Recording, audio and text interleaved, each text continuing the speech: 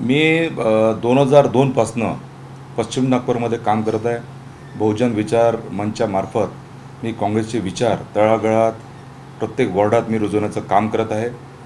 आणि digital membership ज्यावेळेस हा प्रोग्राम आमच्या पक्षाने जाहीर केला, महाराष्ट्रामध्ये चीफ इनरोलर म्हणून 22,000 डिजिटल मेंबर म्हणजे 22,000 परिवार मी काँग्रेस सोबत जोडले। मी कट्टर काँग्रेसी आहे, काँग्रेस विचाराचा आहे आणि काँग्रेस पक्षाला मी माझी उमेदवारी पश्चिम नागपुरातून मागणार आहे। ज्यांचं तुम्ही नाव घेतलं ते लोकसभा लढले।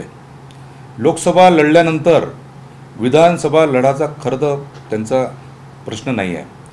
विधानसभा क्षेत्रात स्वतः ज्या मतदारसंघाचं ते प्रतिनिधित्व करतात तिथं ते 7,000ने मागे आहे।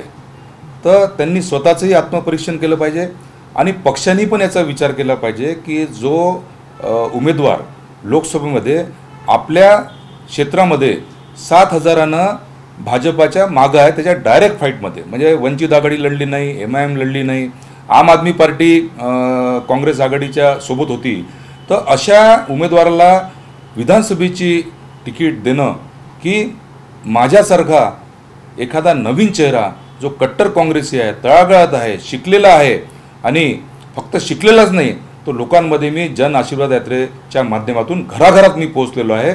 तर हा पक्षांनी विचार करावा। मला माझ्या कामावर आणि माझ्या पक्षाच्या नेत्यावर पूर्ण विश्वास आहे की काँग्रेसची पश्चिम नागपूरची उमेदवारी देतेवेळेस माझा विचार नक्की होईल। तुम्हाला समजा मिळालं नाही की सिटिंग गेटिंग फॉर्म्युला आहे विद्यमान आमदारांना दिली तर मग काय ऑप्शन्स? समजा माननीय आमदार पश्चिम नागपूरचे लोकसभा नसते लढले तर हा कदाचित सिटिंग आणि गेटिंग हा त्यांना फॉर्म्युला लागला असता, पण ज्या अर्थी ते लोकसभा लढले तर सिटिंगचा हा जो फॉर्म्युला त्यांना लागू होत नाही। आणि शेवटी कसं आहे की महाविकास आघाडीमध्ये लढत असताना एकेका सीटचा विचार होईल आणि मला असं वाटते की पश्चिम नागपुरात ज्या पद्धतीनं मला जन आशीर्वाद यात्रेच्या माध्यमातून घराघरात लोकांमध्ये कार्यकर्त्यामध्ये जो उत्साह आहे आणि जो त्यांचा एक सहभाग आहे, मला असं वाटते की नक्की नवीन चेहऱ्याचा विचार होईल। मिळालीच नाही तर काय? हा पॉझिटिव्ह क्वेश्चन आहे। तिकीट मिळाली नाही तरी तुम्ही अपक्ष लढणार का?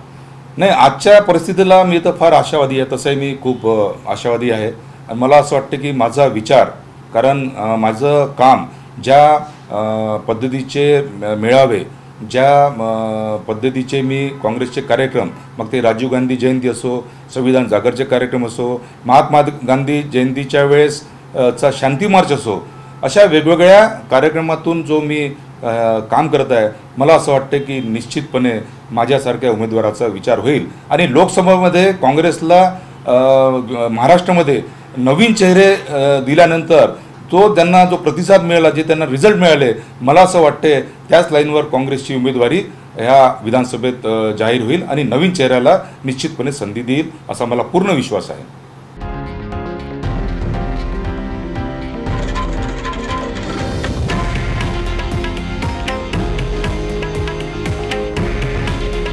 हे आहे देशातील नंबर 1 न्यूज नेटवर्क आणि आपण पाहत आहात TV9 मराठी। काळजी तुमची, हित महाराष्ट्राचं।